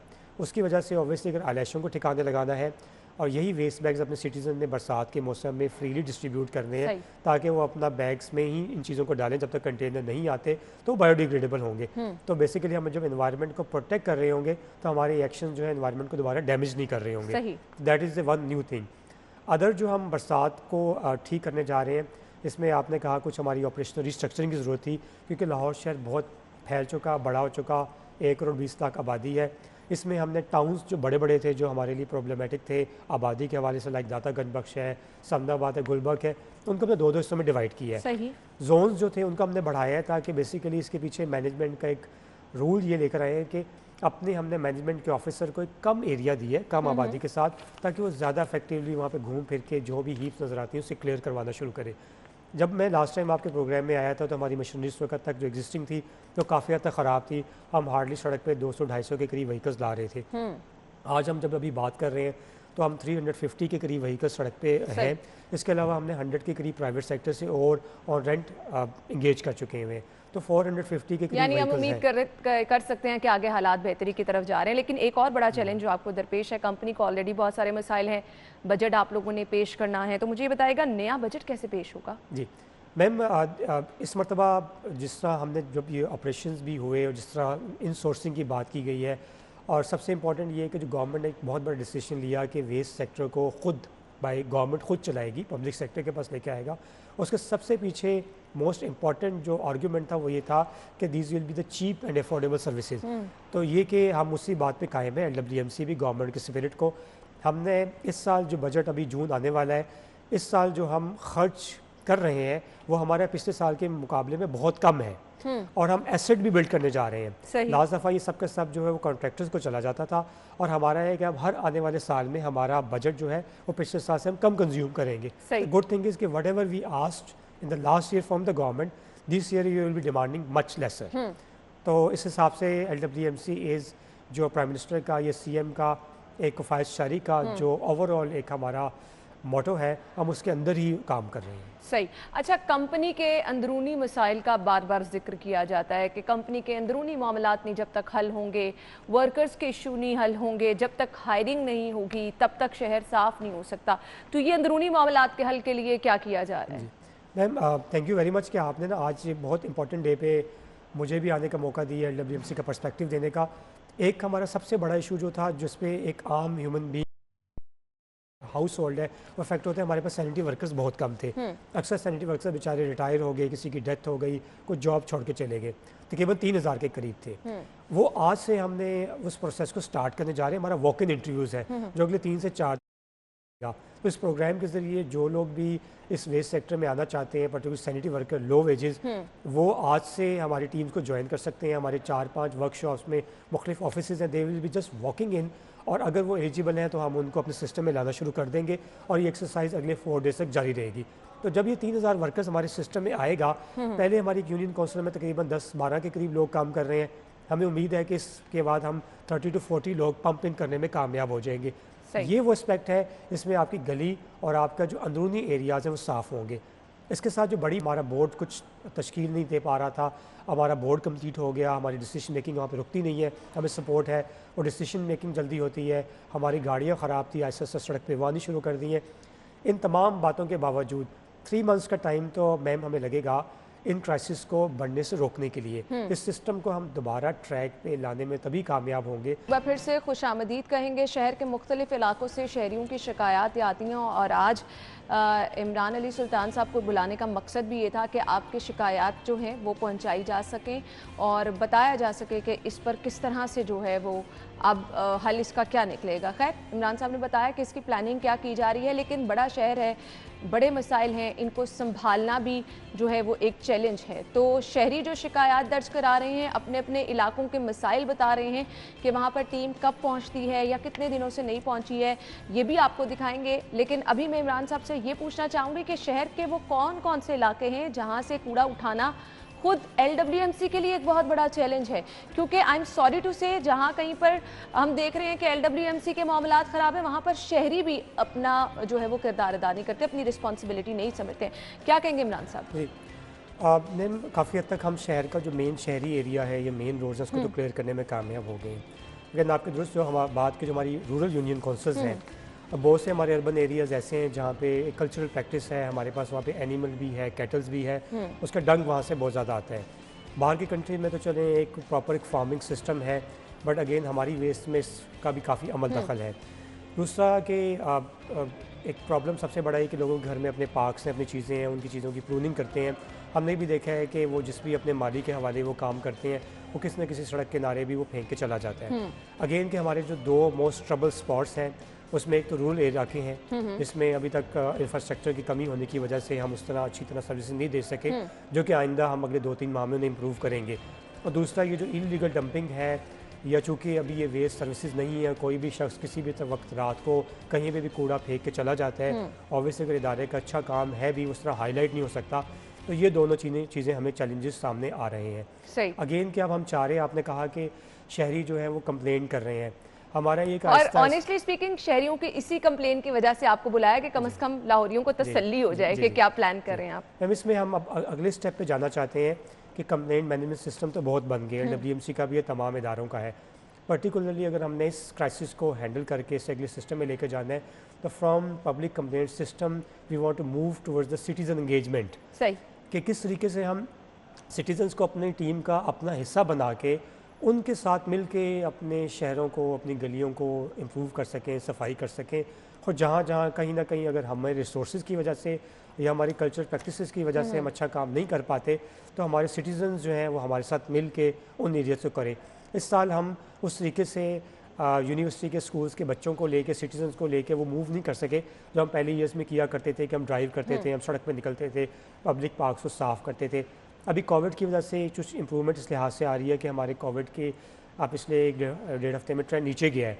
अगर कोविड की सिचुएशन इम्प्रूव होती है और हमारे स्कूल्स कॉलेजेस दोबारा खुलते हैं, तो हम ये ज़रूर चाहेंगे कि हम अब कंप्लेंट सिस्टम को इम्प्रूव करके अपने स्कूल के, यूनिवर्सिटी के बच्चों को साथ लाएं, उनको सड़क पे चलिए जी, हम भी इंशाल्लाह उम्मीद करते हैं कि हालात कुछ बेहतर हों, ताकि लोगों का ताउन भी रहे, लोगों में जितना शऊर बेदार किया जाए, स्कूल कॉलेजेस लेवल पर जितने मैसेज लोगों को दिए जाएं, शहर साफ़ करने में सभी लोग मिलकर अपना किरदार अदा करें। अभी हमारे साथ हमारे रिपोर्टर मौजूद हैं अजमत, जो कि इस वक्त एक इलाके के हालात हमें बता रहे हैं, टाउनशिप के इलाके में मौजूद हैं।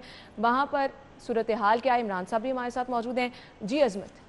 जी बिल्कुल, शहर भर में सफाई के इंतजामात को यकीनी ना बनाया जा सका, जगह जगह कूड़े के अंबार ने शहरियों का जीना मुहाल कर दिया। अगर मेरे कैमरामैन खालिद अगर मैं ये मेरे पीछे मनाजिर अपने कैमरे की आंख से दिखा सकें, किस तरह जगह जगह पर कूड़े के अंबार लगे हुए हैं। और ये 826 ब्लॉक टाउनशिप का इलाका है और जगह जगह कूड़े के अंबार से शहरियों का जीना भी मुहाल हो चुका है। और हमारे साथ यहाँ पर कुछ शहरी भी मौजूद हैं, हम उनसे जानते हैं। जी मुझे बताइएगा, ये जो कूड़ा है ये कितने दिनों से यहाँ पर पड़ा हुआ है और क्या मसाइल आपको पेश आ रहे हैं? तकरीबन 3 माह हो गए हैं ना, यहाँ पर डब्बा रखा जा रहा है, अगर रखते हैं और उठा के ले जाते हैं, और बहुत से लोगों को मना करते हैं, लड़ाइयाँ होती हैं यहाँ पर, उसकी वजह से पानी यहाँ बहुत ज़्यादा जमा हो गया, इंतहाई बदबू है, या कोई फौदगी हो जाए यहाँ खड़ा नहीं हो सकता। साथ ही फिल्टर का पानी है वहाँ पर, वो भी बंद पड़ा हुआ है और उससे भी इंतहाई गलाजत है और बीमारियों को फैलने का खतरा है। PHA से भी दरख्वास्त की है कि यहाँ पर पौधे वगैरह लगाएं ताकि बदबू और ये गलाजत ख़त्म हो सके। काइंडली मेरा महकमा से, तमाम महकमों से गुजारिश है कि यहाँ पर जो है ना वो इंतजाम करें अच्छे से, यहाँ पर अच्छे से इंतजाम करें। यहाँ पर एक और शहरी भी मौजूद है, हम उनसे भी जानते हैं। जी अंकल जी, ये आप बताइएगा, ये कितनी देर से यहाँ पर कूड़ा पड़ा और आपको कब से ऐसा ही है? और गाड़ियाँ कम हैं, कूड़ा उठाया नहीं जाता, जितना जमा होता है उतने अगर किसी वर्कर से बात करें तो वो कहते हैं जी पीछे गाड़ी नहीं है। गाड़ियाँ जो है, एक गाड़ी है और बहुत लंबा चौड़ा एरिया है, जिस वजह से गाड़ी नहीं मिलती और कूड़ा जमा हो जाता है। यहाँ हम सख्त परेशान हैं। एक सफाई का निज़ाम, एक डेंगू का मसला, एक मच्छर मक्खी, बुरा हाल है, बदबू से यहाँ खड़ा नहीं होया जाता। लेकिन बिल्कुल बदबू से यहाँ से खड़ा नहीं हुआ जाता और इलाके में गंदगी और गिलाजत के ढेर लगे हुए हैं और भरे हुए कचरा दानों की वजह से ताफुन फैल रहा है। जो एक तरफ वबाई अमराज तो दूसरी जानब ताफुन से मकामी लोगों की ज़िंदगी अजीरन हो गई है। उनका ज़िला इंतज़ामिया और LWMC सिर्फ यही मुतालबा है कि इस कूड़े को यहाँ से जल्द उठाकर उनके लिए। ठीक है Azmat, thank you so much. Imran साहब क्या कहेंगे? बहुत सारे लोग इसी तरह से अपनी शिकायत भेज रहे हैं। अच्छा मैंने देखा कि जिस तरह आपने इस प्रोग्राम को हाईलाइट किया, इस मसले को, इसके अंदर इसका रूट कॉज भी था। इसी फ्रेम में आपने पीछे देखा होगा कि कुछ एक येलो रंग की वेस्ट बिन नज़र आई थी जो टूटी हुई जंग आलूद हो चुकी थी, कुछ ग्रीन वेस्ट थी जो उल्टी ऊंधी पड़ी हुई थी। यही प्रॉब्लम है कि अगर यहाँ पे ये वेस्ट बिन सही पड़ी होती तो इस सारा कूड़ा उसके अंदर होता। सर अब इसको तो सही हालत में रखना जी, किसकी रिस्पॉन्सिबिलिटी है? मैम इसमें देखिए ना कि ये सिस्टम था जिसमें ये वेस्ट बिन्स का अमूमन जैसी मटेरियल की बनी होती हैं, 1-1.5 साल बाद इसमें डिप्लीट हो जाती हैं। सही। यही वजह थी कि हमारे जो ऑनरेबल इंटरनेशनल कॉन्ट्रैक्टर्स थे वो इन बिन्स को रिकवर नहीं कर सके। ये बिन्स अगर इस हालत में पड़ी हुई हैं, इसका मतलब है कि 1 साल पहले यहाँ रखी गई थी जो ख़राब हो गई, लेकिन इनको रिप्लेस करना था। इसी वजह से तो गवर्नमेंट ने सोचा कि LWMC खुद आए, इस सिस्टम्स को जो है वो LWMC के हवाले किया गया। To cut the long story short, हम इन बिन्स को नहीं रखने के लिए ऑलरेडी प्रोक्योरमेंट प्रोसेस कर चुके हैं, जिसका 15 जून को ठेका हो जाएगा। ये बिन्स हमारी रिप्लेस सितंबर में होनी शुरू हो जाएंगी, लेकिन शहरियों को इतना इंतज़ार बजाय हम करवाते, हमने किया है कि अपनी वर्कशॉप्स को दोबारा ठीक किया है।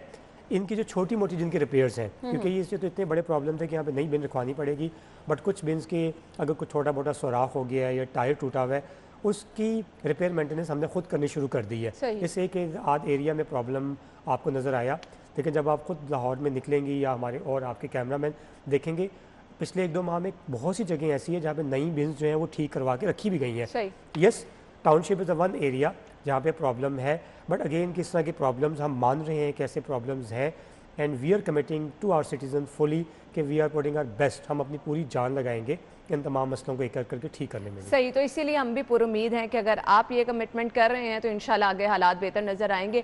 अच्छा, लाहौरियों ने ना जो शहर के हालात देखे ना पिछले गवर्नमेंट के दौर में, हम लोग खुद इसके गवाह हैं। जब सुबह कभी ऑफिस आना तो प्रॉपर मशीनें सफाई कर रही होती थी, उसके बाद आपको नज़र आता था कि सारी जगहों पर रोड साइड पर पानी मुकम्मल तौर पर लगाए जा रहे हैं, यानी शहर की सफाई सुथराई का ये आलम था।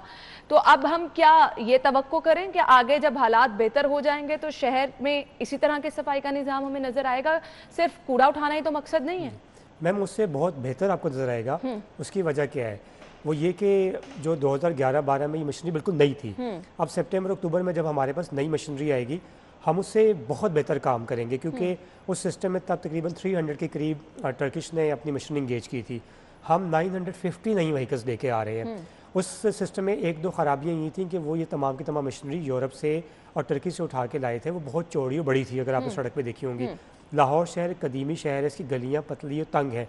इस लिहाज से हमने जो जिस किस्म के हमने रक्शे लिए हैं, गाड़ियाँ ली हैं, छोटी गाड़ियाँ ली हैं, हमने पहला ये फोकस रखा है कि हम अंदरूनी एरिया में जाके एक्सेस कर सकें। इंशाल्लाह अभी 3 माह तो हम इन क्राइसिस को हैंडल करेंगे, लेकिन जब एक दफ़ा नया इक्विपमेंट आ गया तो आप जो 11, 12, 13 में आपने हालात देखे हैं उससे आप बहुत बेहतर सफाई भी देंगे और सिस्टम को इम्प्रूव भी करेंगे। सही, सफाई भी देंगे। अच्छा, शहरी बार बार जो शिकायत कर रहे हैं कि जी कोई राबता भी कर रहे हैं तो आगे से रिस्पांस कोई नहीं करता, ये एक आप कह रहे हैं कि लोगों का ताउन भी ज़रूरी है, तो एक जो कम्युनिकेशन गैप है मेरे ख्याल से इसको फिल करने के लिए भी फीडबैक आपका लेना बहुत ज़्यादा ज़रूरी है शहरियों का। इस पर क्यों? क्योंकि शहरी कहते हैं जो आप नंबर्स दिए गए होते हैं उधर कॉल करें तो कोई फ़ोन ही नहीं उठाता है। जी मैम, हमारा एक पूरे पंजाब में तमाम वेस्ट मैनेजमेंट कंपनीज़ का और लाहौर में भी 1139 हमारा हेल्पिंग नंबर है, और ये वाला हमने एक बहुत ही पाकिस्तान की एक मशहूर मोबाइल कंपनी उसके हवाले आउटसोर्स किया हुआ है। ऐसा नहीं कि वहाँ पे हमारा कुछ सरकारी आदमी बैठा होगा जो कॉल को अवॉइड कर रहा होगा, बल्कि इसका सिस्टम ऐसा कि जितनी ज़्यादा कॉल्स आती हैं वो उतनी ज़्यादा ही हमें उनको बाद में पेमेंट करनी पड़ती है। उनका उस मोबाइल कंपनी का अपना होता है कि वो तमाम के तमाम कॉल पिक करे। तो 1139 नंबर है, अगर आप अभी भी एक्सपेरिमेंट करना चाहें और लाइव 1139 पे अपनी कंप्लेंट दर्ज करवाना चाहें तो हम अपने चैलेंज भी पुट कर सकते हैं, तो वो आप देखेंगे कि वहाँ पर रिस्पॉन्ड किया जाएगा। हमारे अलावा DC ऑफिस, कमिश्नर ऑफिस के अपने अलहदा से कंप्लेंट नंबर्स हैं, प्लस ये है कि पंजाब गवर्नमेंट अपने लेवल पे भी कुछ PITB के ज़रिए वो कुछ बेहतर होगा कि पंजाब लेवल पे वो ख़ुद ही इस मैसेज को बताएंगे, लेकिन नई कुछ ऐप्स भी आ रही हैं। उसके हवाले से ये है कि वो तमाम के तमाम तो चैनल्स मौजूद हैं ही हैं। अगर हम सब के सब फ्लॉप होते हैं तो आपका चैनल है और मीडिया चैनल्स हैं, आप सब लोग तो तमाम हम तो साथ देने के लिए भरपूर तैयार हैं, क्योंकि जहाँ कहीं आप मेहनत कर रहे हैं वहाँ पर हम भी शहरियों के मसाइल दिखाने में जो है अपना किरदार अदा कर रहे हैं। मैसेज लाहौरियों को कोई आप देना चाहें? मैम, आपके ज़रिए सबसे इम्पोर्टेंट मैसेज तो यही होगा कि एक तो इस वक्त हम क्राइसिस मैनेजमेंट में हैं, इसमें कि हमें सपोर्ट चाहिए। सिर्फ 2 to 3 मंथ्स प्राइम का मिनिस्टर अगर साहब वाला मैसेज ना देना कि घबराना नहीं है आप लोगों ने। 2 to 3 मंथ्स का हमें टाइम मिल जाए, एक दफ़ा हमारे पास नए रिसोर्सेज आ जाए। अभी आप ये देखेंगे कि शहरी जो है निकलते भी हैं सड़क पे, यस हमारे पास रिसोर्सेज कम है, वो गाड़ियाँ खुद देखते हैं कितनी पुरानी है, उनको बाजू का धक्का लेके चलाना पड़ता है। कंटेनर की आपने खुद हालत देख ली कि कितने ख़राब हैं, लेकिन we are committed, we are putting our best. हमारी पूरी टीम 14 से 15 हज़ार मुलाजमीन है जो अपना सुबह शाम रात अपना सिर्फ शहरी की सफाई के लिए खर्च करते हैं। कोविड हो जैसा भी है, वो जर्म्स की जगहों पे जाते हैं और हमारे लिए शहर साफ़ करते हैं। तो यस हमारी पूरी टीम एफर्ट कर रही है, पूरी सिंसेरिटी से कर रही है, और हम लाहौरियों की जो उम्मीदें हैं उस पर पूरा भी उतरेंगे और शहर को साफ़ भी करके चलिए इंशाल्लाह हम दुआ गो हैं कि जिस तरह से आपने प्लान किया है शहर इसी प्लानिंग के मुताबिक हमें साफ़ सुथरा नजर आए। थैंक यू सो मच, बहुत बहुत शुक्रिया and wish you good luck. नाज़रीन अभी एक अहम खबर आप तक पहुंचा देते हैं। खबर है लाहौर हाई कोर्ट से, जहां पर मुल्जिमान की दरख्वास्त जमानत खारिज हुई है। ब्रेक के बाद आपको एक बार फिर से खुशामदीद कहेंगे। प्रोग्राम के इस हिस्से में बहुत ही स्पेशल आज का हमारा टॉपिक है। मैंने प्रोग्राम के आगाज़ में भी आपको बताया था, आज 4 बजे जो है वो वज़राए तालीम कॉन्फ्रेंस होगी। वफाकी वज़ीर तालीम शफ़क़त महमूद साहब सदारत करेंगे। फ़ैसला ये किया जाएगा मौजूदा कोविड की सूरत हाल को देखते हुए कि आया शहर लाहौर में, वैसे तो पंजाब के दीगर अजला में आज हमने सुबह भी आपके साथ शेयर किया था कि स्कूल्स खुल गए हैं, लेकिन चूँकि शहर में हमारे अभी शरह कंट्रोल नहीं हो रही है और 5% शरह जिन इलाकों में है, जिन शहरों में है 5% से कम, वहाँ पर परमिशन दी गई है कि स्कूल्स खुलेंगे। लेकिन अनफॉर्चुनेटली शहर लाहौर में अभी सूरत हाल कंट्रोल नहीं है, इस वजह से यहाँ पर स्कूल नहीं खुले। लेकिन अभी फैसला होना बाकी है कि आगे क्या प्लान किया जा रहा है। मोस्ट प्रोबेबली कहा यही जा रहा है कि शहर लाहौर में स्कूल जो हैं वो फ़िलहाल नहीं खुलेंगे। अगर स्कूल नहीं खुलते हैं तो हमने अपने स्टूडेंट्स को ऑनलाइन एजुकेशन पर ही रखना है। ऑनलाइन एजुकेशन मौसर किस तरह होगी, ये एक बड़ा सवाल है और गुज़िश्ता 1.5 साल में 12 कोशिशों के बावजूद भी इस सवाल का जवाब कुछ नहीं मिला कि ऑनलाइन एजुकेशन किस तरह से मौसर की जा सकती है। इसका नतीजा क्या हो रहा है कि स्टूडेंट्स का जो तालीमी सिस्टम है मुकम्मल तौर पर तबाह होकर रह गया है। कभी आप सिलेक्टिव कोर्स की तरफ आ रहे हैं, कभी आप ऑप्शन ये दे रहे हैं कि रियाजी का, अंग्रेज़ी का और साइंस का पर्चा लिया जाएगा। लेकिन ये कौम के मेमार जिन्होंने आगे चलकर मुस्तकबिल संभालना है, अगर इसी तरह से इनकी तालीम के साथ मजाक होता रहा तो क्या करेंगे ये लोग आगे जाके। हमारा एजुकेशन सिस्टम अभी कहाँ पर स्टैंड कर रहा है, आगे की क्या सूरत हाल है, इस पर हम बात करने वाले हैं। माहिर तालीम सादिया माइन साहब हमारे साथ स्टूडियो में मौजूद हैं। अस्सलाम वालेकुम। वालेकुम अस्सलाम। क्या हाल चाल है आप? शुक्र अल्लाह पाक का। थैंक यू सो मच, बहुत बहुत शुक्रिया आपके वक्त के लिए। सबसे पहले तो ये बताइएगा, स्कूल्स बंद हैं, स्टूडेंट्स घर में बैठ के ऑनलाइन एजुकेशन जो है, मेरी अपनी बहन के छोटे छोटे बच्चे हैं जी। अब छोटे बच्चों के लिए एजुकेशन, ऑनलाइन एजुकेशन बिल्कुल एक नई चीज़ है, तो किस तरह से इसको बेहतर हमने करना है? बात असल में सिर्फ यही आती है यहाँ पर कि माइंडसेट नहीं है हमारे बच्चों का और हमारे घर वालों का भी, because they are not trained. उनको बिल्कुल नहीं पता था कि उनकी ज़िंदगी में कभी ऐसा भी होगा, स्कूल्स बंद हो जाएंगे। उससे सिर्फ ये हुआ जहाँ पर एजुकेशन का बेहद लॉस हुआ। एक बात जो बहुत ज़्यादा मेरे नज़दीक एक बड़ी प्लस पॉइंट हुआ कि पेरेंट्स को ये एहसास हुआ कि स्कूल्स और असातिज़ा कितने इंपॉर्टेंट हैं, जिनकी उतनी हैसियत नहीं हुआ करती थी, अब शदीद हो गई है कि कब स्कूल खुलेंगे, हमारे बच्चे कब जाएंगे और हम अपनी ज़िंदगी आसान कैसे बनाएंगे।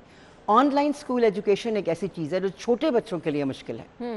मेरे अभी कल एक फ्रेंड आए हुए थे, वो बता रहे थे कि उनके बच्चे जब ऑनलाइन के लिए टाइम उनका होता है वो उठते नहीं, और अगर ज़बरदस्ती उनको उठा लिया जाए तो वो जाके लैपटॉप के आगे बैठ जाते हैं और वॉइस को म्यूट कर देते हैं और लेटे रहते हैं, उन्हें नहीं पता क्या हो रहा है क्या नहीं हो रहा। तो देखिए आप, इतने पढ़े लिखे लोगों के घर भी यही हो रहा है। बिल्कुल ऐसे ही है। बच्चे हमारे बिल्कुल इस बात के लिए तैयार ही नहीं है कि वो अपने घर में बैठकर एजुकेशन लें कंप्यूटर के सामने। वो गेम्स के लिए या किसी भी चीज़ और के लिए बेहतर लगता है, लेकिन नॉट फॉर एजुकेशन। बिल्कुल आप सही कह रहे हैं। मैं बिल्कुल ये नहीं कहूँगी कि जी जो एजुकेट कर रहे हैं वो बड़ा ज़बरदस्त कर रहे हैं। I am into the education and I know that very well कि everybody is having a problem कि छोटे बच्चों का बिल्कुल रुझान। अच्छा, अब मैं सजेशन आपसे मांगना चाहूँगी, वो पेरेंट्स जिन्होंने अपने बच्चों को अभी स्कूल में एडमिशन जिनका करवाना है, इस एज ग्रुप में हैं कि उनको प्ले ग्रुप में एडमिशन कराया जाता है, क्लासेस में बैठने की आदत होती है, छोटी छोटी चीज़ें। अब अगर वो लोग अपने बच्चों का स्कूल में इस टाइम पे एडमिशन करा रहे हैं, ऑनलाइन क्लास से उन बच्चों की बेस बन रही है, तो उन बच्चों को तो चीज़ें अंडरस्टैंड भी नहीं होंगी, ना क्लास का इन्वायरमेंट कभी पता चलेगा, तो वो तो नुकसान कभी पूरा ही नहीं हो सकता। कभी भी नहीं हो सकता। जैसे आपने कहा, बिल्कुल आप प्री नर्सरी और प्ले ग्रुप की बात कर रहे हैं, बिल्कुल। वो एक ऐसा एज ग्रुप है जिसमें बच्चों को बाकायदा हर चीज प्रैक्टिकल करके दिखानी पड़ती है। आपको शदीद इंटरैक्टिव होना पड़ता है, उसको यहाँ तक बताना पड़ता है कि आपने बैठना कैसे और चलना कैसे है, और आपके इर्द गिर्द जो बच्चे हैं और आपकी क्लासमेट्स, उनके साथ आपका रवैया कैसा है। वो कभी भी कंप्यूटर नहीं कर सकता। वहां पे किसी आप बला को भी बिठा देंगे ना, हसीन किस्म की, जो पहले तो बच्चा उसको देखता रहेगा, 5 मिनट्स के बाद ही will say excuse me, I am just fed up of you, because it is not possible and specially for the age group you are saying. तो आप क्या पेरेंट्स को करना चाहिए, अपने बच्चों को भी स्कूल ना भेजें? मैं तो बड़ी दुखी हो जाऊंगी इस बात के, मेरा अपना स्कूल है, लेकिन मैं ये कहूंगी कि अभी नहीं, unless and until the government announces कि स्कूल खुल गए हैं। अब देखें, आप रजिस्ट्रेशन पे करें, स्कूल की सिक्योरिटी पे करें, पैसे पे करें, और पता लगे कि 1 महीने का बच्चा 1 महीने के बाद स्कूल ऑफ हो गया, the parents become very angry, हमारे पैसे। उनको पहले ये ख्याल नहीं आता कि एजुकेशन रुक गई है, उनको ये तो ओ माय गॉड हमारे पैसे ज़ाया हो गए। तो फिर उनको बताना पड़ता है कि आपके पैसे अमानतन रखे हुए हैं, स्कूल खुलेगा तो आपका बच्चा वापस आ जाएगा। बट स्कूल जब नहीं खुलता तो बच्चे के लिए मैं समझती हूँ इससे बड़ा कोई ड्रास्टिक किस्म का अलमिया नहीं है। बिल्कुल ऐसे बहुत बड़ा अलमिया है, बिल्कुल। और इस टाइम को आप कभी फिल भी नहीं कर सकते जो टाइम आपका जाया होता चला जा रहा है। खैर, ऑप्शंस डिफरेंट सामने आ रही हैं, कभी सिलेक्टिव किया जा रहा है कोर्स को, कभी ये कहा जा रहा है कि सिर्फ आपके सिलेक्टिव पेपर्स लिए जाएंगे। कैसे देखती हैं इन ऑप्शंस को? मैं यहाँ पर एक बात बड़ी ज़बरदस्त बरमला कहना चाहूँगी, वो ये है कि अव्वल तो इस सिटी 42 पे बिल्कुल ये बात चली भी जाएगी कि जो बैठे ये ख्याल कर रहे हैं ना, रोज़ जो अपने ख्यालात को बदलते हैं, सिलेक्टिव इलेक्टिव और पता नहीं क्या क्या वो करते हैं, उनको सबसे पहले ये सोचना चाहिए, आर यू एजुकेशनिस्ट? क्या आपको पता है एजुकेशन होती क्या है?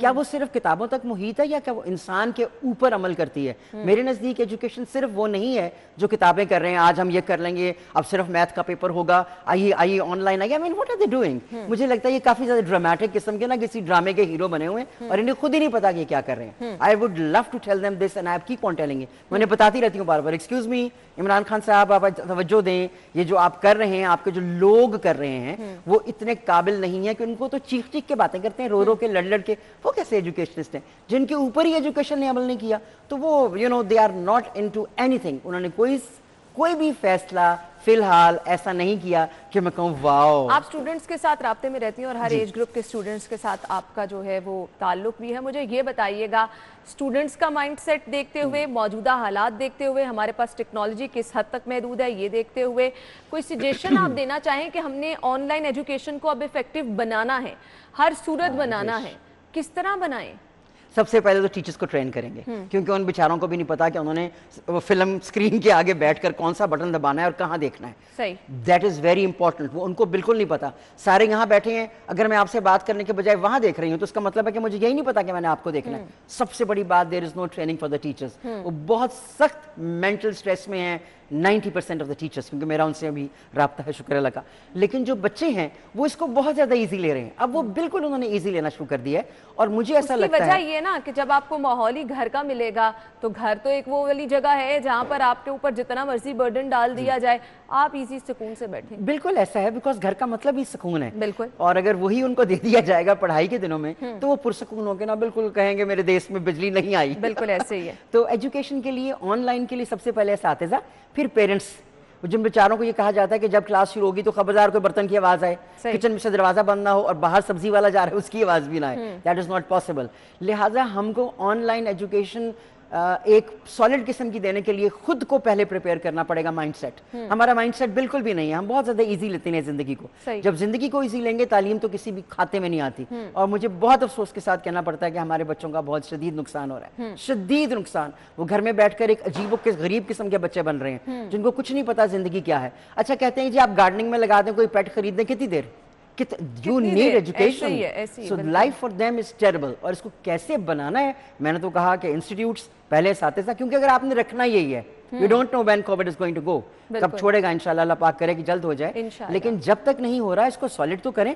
बच्चों के लिए कुछ तो काम हो, कोई काम नहीं हो रहा। ये ऑनलाइन, मेरे नजदीक अब कहेंगे जी ऑनलाइन पेपर्स ले लेंगे, इससे तो मजाक की कोई बात ही नहीं। मैं इसी तरफ आने वाली थी। ये ऑनलाइन पेपर्स किस तरह से, आपको कहीं से भी श्योरिटी है ही नहीं कि 100% बच्चा अपनी डिलीवर कर रहा है, तो कैसे कभी online भी नहीं जी, ये तो बिल्कुल ऐसे है कि आप मुझे पेपर बना कर दें और मैं जाकर किसी से यहाँ पर कहूँ प्लीज जरा पेपर भर दो, वो भर देगा, मैं आपको दिखा दूंगी, जैसे अमूमन हमारे घरों में ऐसा ही होता है। अच्छा, आपको रिजल्ट्स कुछ फील हुए हैं कि एक स्टूडेंट जो क्लास में एवरेज था, जब उसने घर बैठ के अपना परफॉर्म किया तो बड़ा शानदार पेपर आया?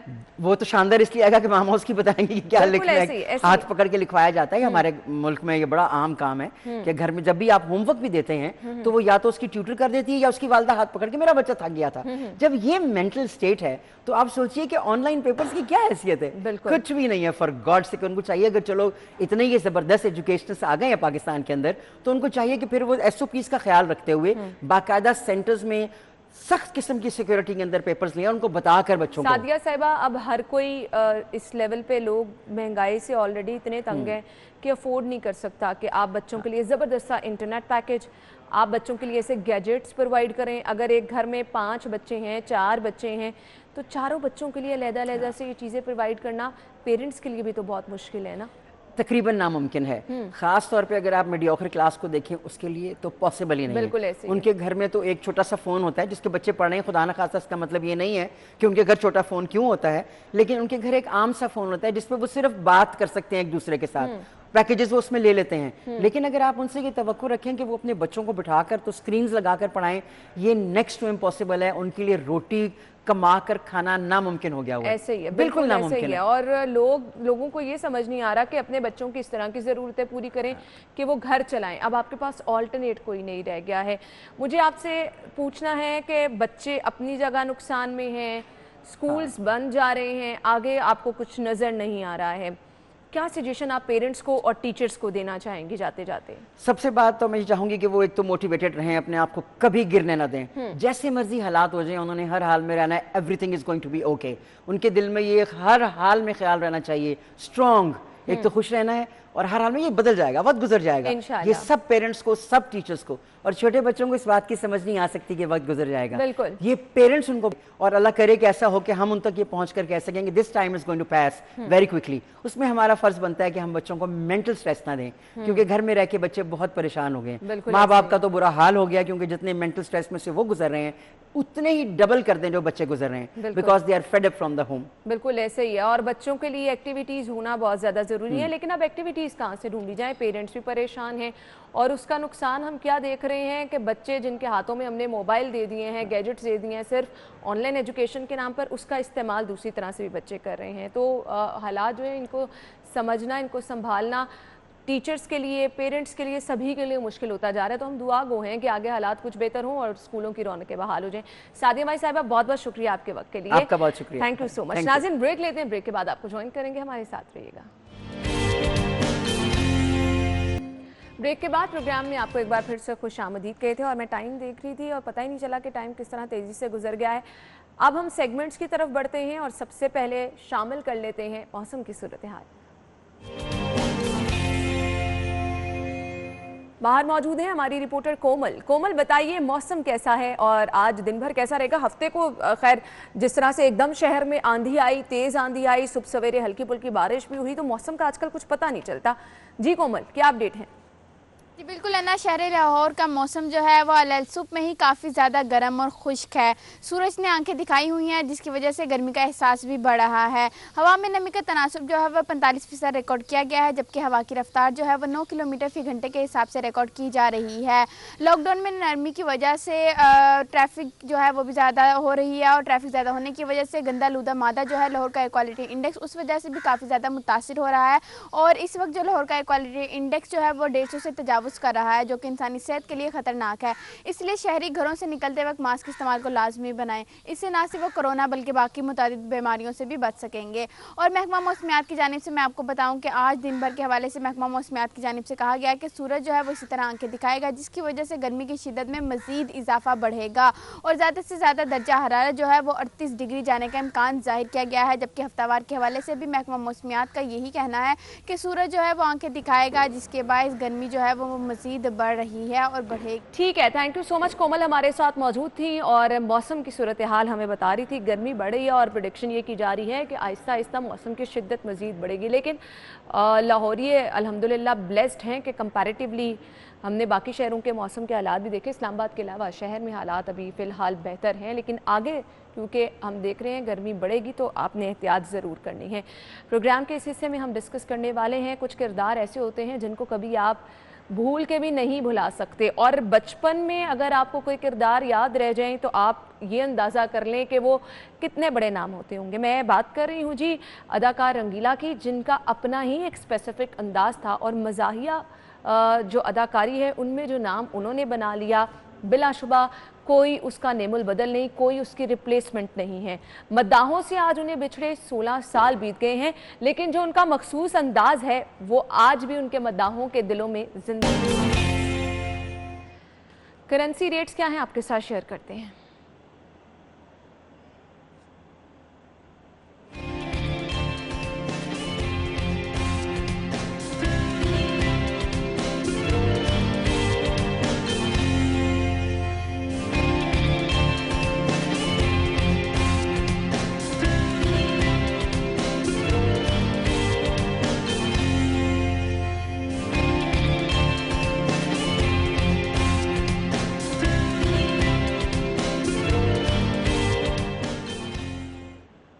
नाज़रीन, इसी के साथ ही प्रोग्राम का वक्त अपने इख्तिताम को पहुंचा है। आपने अपना बहुत सारा ख्याल रखना है और हमें दुआओं में याद रखना है। इंशाल्लाह कल सेम टाइम पर आपसे मुलाकात होगी। अपना ख्याल रखिएगा। अल्लाह हाफ़िज़।